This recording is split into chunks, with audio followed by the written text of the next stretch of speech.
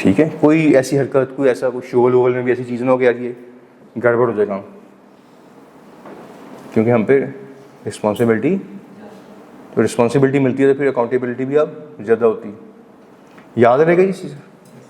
और भी एग्जांपल्स मैं दे सकता हूँ, लेकिन अभी टाइम हमारा वेस्ट हो जाएगा।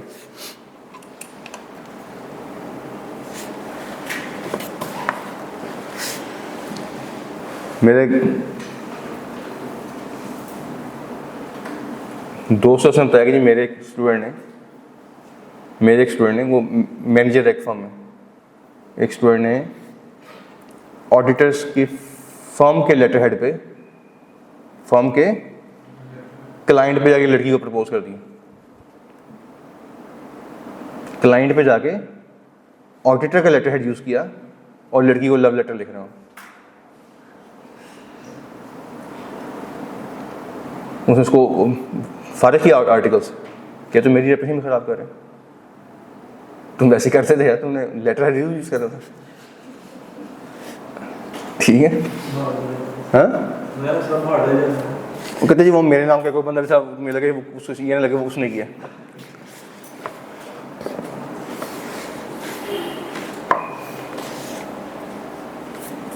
ये जो बता ना बच्चा नकल करता पकड़ा जाते मेरे सीनियर से,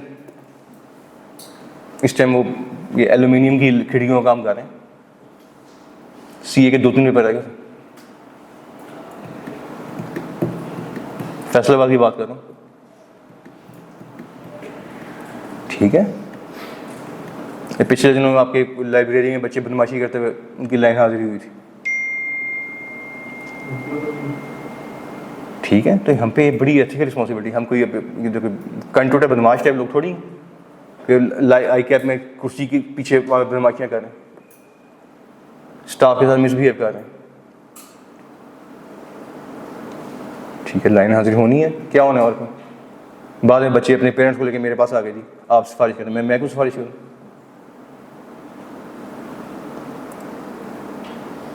ठीक है, तो ये मैं इसलिए पढ़ा रहा हूँ, आप लोग आगे आर्टिकल में जा रहे हैं तो इसको बहुत इस पर सीरियस हो गए। अच्छा आगे हैं जी। अच्छा इससे नीचे पैराग्राफ भी खुद पढ़ लें, मैं रेलिवेंट काम के पैराग्राफ पे आता हूँ। 1.2 में फंडामेंटल प्रिंसिपल्स, अब इस पे आ रहे हैं, जिसको मैंने एथिकल प्रिंसिपल क्या बोलते क्या कह रहा है, फंडामेंटल प्रिंसिपल्स। ठीक है, फंडामेंटल प्रिंसिपल पढ़ होंगे, मैं बहुत सारा टाइम लगाऊंगा। सबसे पहला कौन सा है, इंटेग्रिटी। क्या होता है जी, इंटेग्रिटी क्या होता है, ट्रूथफुलनेस, ऑनेस्टी, और एक और वर्ड है स्ट्रेट फॉरवर्डनेस। कहते हैं चारों गुण जो है ना वो दरमियानी सी बातें नहीं करता, जिसके दो मतलब होते हैं। वो क्या करता है, स्ट्रेट फॉरवर्ड। वो अपनी डीलिंग में क्या होता है, ऑनेस्ट, ऑनेस्टी, ट्रूथफुलनेस और स्ट्रेट फॉरवर्डनेस। वो जो कहना है वो दरमियानी सी बात नहीं करेगा, उसने एडवर्स नहीं टका के एडवर्स देगा। वो दरमियानी सी बात नहीं करेगा, शायद मगर अगर नहीं कर, वो सीधी बात करेगा। यार ये कौन चाह रहा है हमसे, कोड ऑफ एथिक्स क्या कहता है कि चारों मस्ट हैव इंटेग्रिटी। इंटेग्रिटी में 3 कॉन्सेप्ट्स हैं, ट्रूथफुलनेस, स्ट्रेटफॉरवर्डनेस, ऑनेस्टी। याद रहेंगे तीनों वर्ड्स, पक्की बात है। अच्छा आगे आ जाए, अगला क्या है, ऑब्जेक्टिविटी। 3 बातें करता है। ऑब्जेक्टिविटी क्या है, ऑब्जेक्टिविटी क्या होती है वैसे, ठीक है, वो बात करता है कि ऑब्जेक्टिविटी में 3 चीज़ें आती हैं। एक तो है कि ऑडिटर ना बाइस्ड नहीं होता, फ्री फ्रॉम बाइस। बाइस क्या होता है, तासुब, किसी एक तरफ झुक जाना। आप एक तरफ झुक जाएं डायरेक्टर की तरफ और नुकसान कैसे कर दें पब्लिक का, ये पब्लिक से झुक जाए और नुकसान से कर दें डायरेक्टर्स का, मैनेजमेंट का। नहीं, आपने बैलेंस अप्रोच लेके चलना है, अनबाइस्ड, बिल्कुल कोई बाइस ना हो, कोई किसी किस्म का तासुब ना हो देने। ठीक है, आ गया यार 4th क्लास में मुझे इसने गाली निकाली थी डायरेक्टर ने, ये मेरे डिक्के आ गए।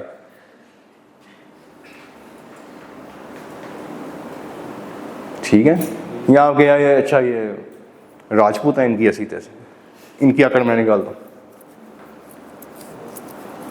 यहाँ पे चाहे कादियानी है, इनकी ऐसी की तैसी, शी है, रगड़ा मैंने बताऊँगा।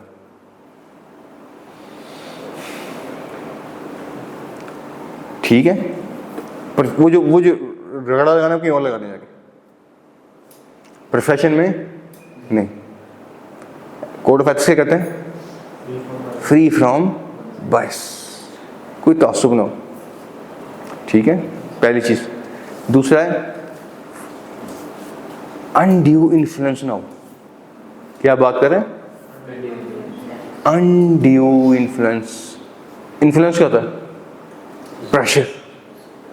ये है ना कि कोई किसी, जब आप असाइनमेंट कर रहे हो, आप पे आपके डिसीजन को अनड्यूली इन्फ्लुएंस ना कर दे जाके, आप पे कोई प्रेशर ना हो, आप पे किसी किस्म का कोई, समझ आ गई बात? ठीक है, अनड्यू, इसको आपने अवॉइड करना है, अवॉइडिंग अनड्यू इन्फ्लुएंस। अच्छा, अनड्यू देखिए, एथिक्स, कोड ऑफ एथिक्स की बात कर रहे हैं हम, ये किसके बने हुए हैं? गोरों के तकरीबन, हम भी एक मेंबर हैं। ठीक है, तो गोरे पे भी प्रेशर होता है, इसका मतलब है उसने क्या कहा? अनड्यू प्रेशर ना हो। इसका मतलब ड्यू प्रेशर होता है, ड्यू प्रेशर, क्योंकि आप अब सोसाइटी में बैठे हैं ना, आप सोसाइटी में बैठे हैं, आप पे प्रेशर होना है। आप यदि किसी रिपोर्ट क्वालिफाई करेंगे, किसी रिपोर्ट मॉडिफाई करेंगे, वो क्या करेगा? वो फौरन आपके किसी रिलेटिव को, आपके चचा को उठा के ले आएगा। अगर थोड़ा भतीजा की करेंगे, अब आपके चचा के सामने बैठे हूँ, चचा कहेंगे यार तुम मेरे दोस्त की रिपोर्ट क्वालिफाई करेगा, तो आपके फादर को ले आएगा, आपके ससुराल वालों को ले आएगा उठा के, ये देखिए आपका दामाद क्या करे। समझ गए? तो अब ये प्रेशर हमेशा किसके माँ बाप नहीं होते, ये कौन सी सोसाइटी में नहीं आता। एक तरीका बचने का कि आप रिपोर्ट साइन करें, K2 पे चढ़ जाए, फौरन भाग जाए, जंगल में जाइए, फिर भागे होते हैं, रिपोर्ट साइन करें दूसरी, फिर भाग, ये कर नहीं सकते आप। आपने इसी सोसाइटी में रहना है। शाम को अपने चुनाव क्लब में भी इकट्ठे होना है, अगले दिन आपने शादी भी जाना है, ठीक है ना, अगले दिन आपने ऑफिस में भी आना है, घर भी जाना है।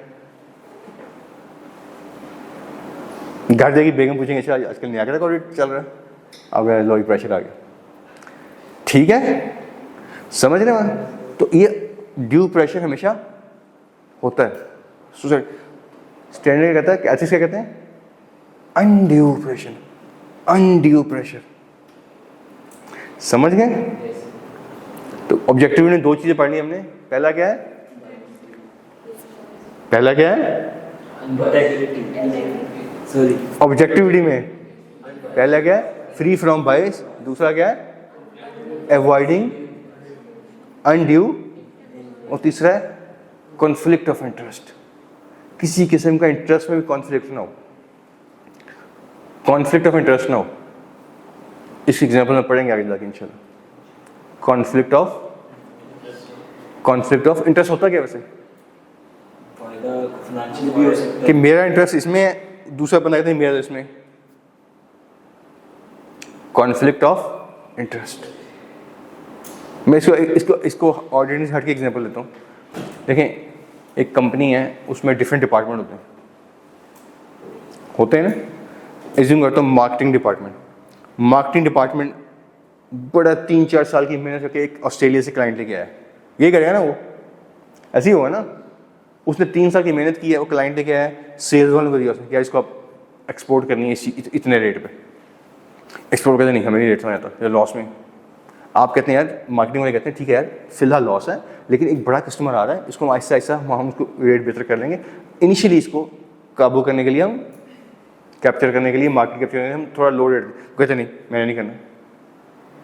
अब मार्केटिंग डिपार्टमेंट का इंटरेस्ट क्या है कि क्लाइंट ले लें। सेल्स वाले कहते हैं नहीं लेना, लॉस की असाइनमेंट है। वो कहते हैं फिलहाल लॉस कर लें, फ्यूचर में से बेनिफिट ले लेंगे। अब कॉन्फ्लिक्ट आ गया।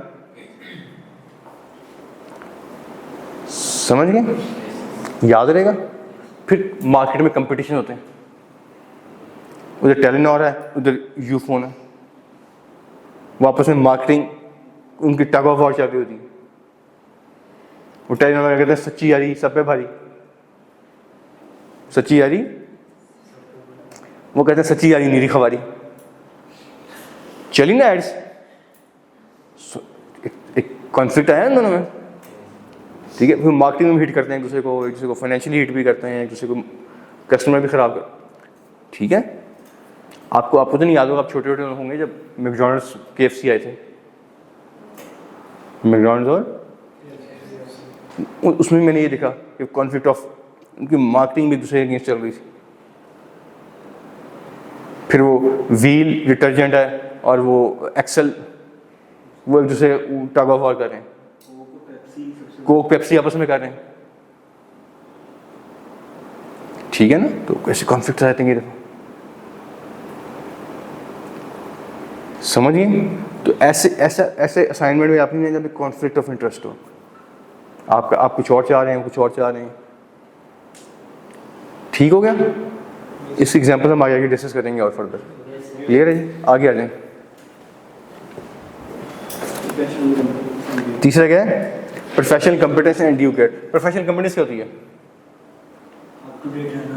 कंपिटेंस, अच्छा प्रोफेशनल कंपिटेंस में दो कॉन्सेप्ट्स हैं, अटेनमेंट ऑफ कंपिटेंस, अटेन करना कंपिटेंस को, और फिर मेंटेन करना, अटेनमेंट ऑफ कंपिटेंस और मेंटेनेंस ऑफ कंपिटेंस। अटेनमेंट क्या है कि आप नॉलेज लें जो आप ले रहे हैं इसमें बैठे, फिर ट्रेनिंग लें जो आपने आर्टिकल में लेनी है, फिर एक्सपीरियंस, ठीक है। और मेंटेनेंस क्या है, जैसे मैं क्वालिफाई कर गया हूँ, इसका मतलब ये मैं सब कुछ भूल लूँ, मैं इसको मेंटेन भी रखूँ, इसको मेंटेन भी रखूँ। कैसे मेंटेन रखना है वो अलग चीज़ है, उसके लिए डिफरेंट ICAP ने मेजर्स लिए हुए, ठीक है, याद रहेगा। उसमें एक मेजर है CPD एक्टिविटीज, CPD क्या होती है,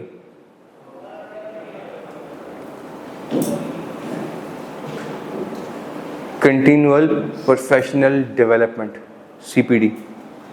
मैं मेंबर हूँ ICAP का, मैंने एक साल में 40 आवर्स की ट्रेनिंग लेनी है, मस्ट है मेरे पे, ठीक है।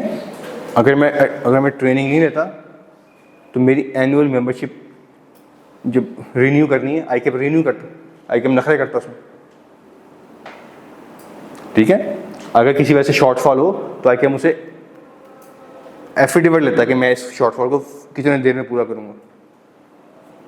तो ICAP कंटिन्यूसली फोकस कर रहा है कि जो मेरे मेंबर्स हैं ये भूल ना रहे चीज़ों को, ये क्या करें, उनको याद रखें, उनको इस डेवलपमेंट को कंटिन्यू रखें,